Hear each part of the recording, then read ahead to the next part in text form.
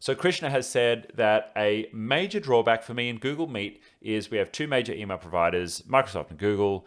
For various reasons, people choose different providers, but you may have to interact with someone outside your organization from time to time, and it becomes difficult because you can't talk to someone who's on the other kind of system, right?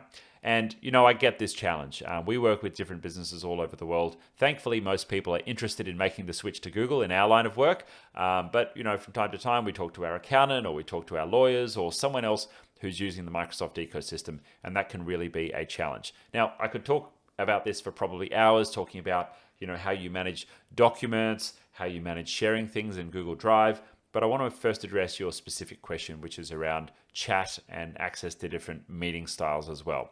Now, when the pandemic happened, everybody switched to Google Zoom and just basically went home and worked the same way they'd always been working, except they switched to doing it online on Zoom. So you can be pretty safe that any country, any company is going to be able to work with Zoom, right, when you're doing meetings. But there's something pretty cool about Google Meet, and that's that they run in the browser pretty much on any machine. So if you're using Safari or Firefox or Chrome or even Internet Explorer, it's going to work. And so you can just drop someone a Google Meet URL.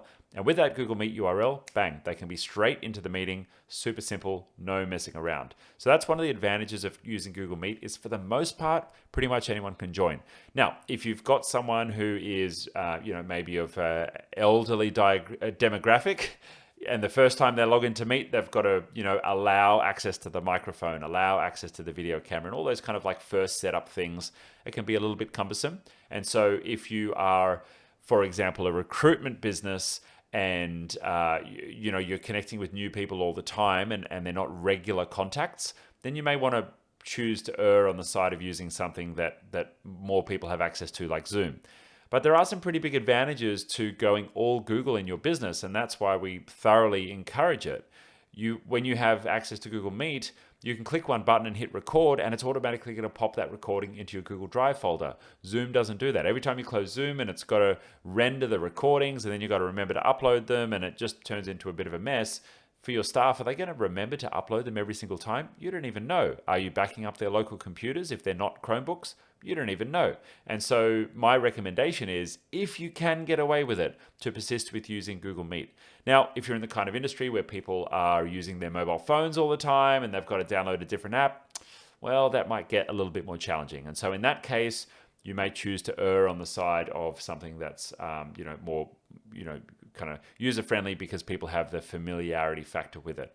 But especially for your internal meetings, and especially for any contractors or suppliers or anyone you work with regularly, my strong recommendation is that you have a firm policy right across your company that everyone uses Google's tools. And that means using Google Meet, and that means using Google Chat as well. That, of course, means using the Google document format for all of the documents as well. And that gives you consistency, but it also gives you the power of all of the integrations between the Google world. When you have data sitting in a spreadsheet and you can automatically have your graph show up inside Google Slides presentation, when you have a Google Space setup and everyone's chatting away in the space and you can click one button and drop a link to a Google Meet and everyone can jump straight into that. When you have your out of office set up on your calendar, if everyone's using Google Calendar and you go to chat to someone using Google Chat, it's going to show you and say, hey, this person's out of office today. So you're sending them a message, but they're not going to get it.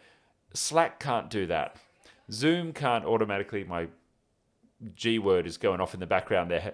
Slack can't do that. You can't automatically do that with, using Zoom. Your meeting recordings are not going to go into your Google Drive. So if you want to do everything simple and scalable, my recommendation is that you do it Google. And I know it is a bit of a pain. Time to time, you're going to have customers or you're going to have suppliers who are going to be doing things on a different system. Thankfully, most people in the world do have a Gmail account.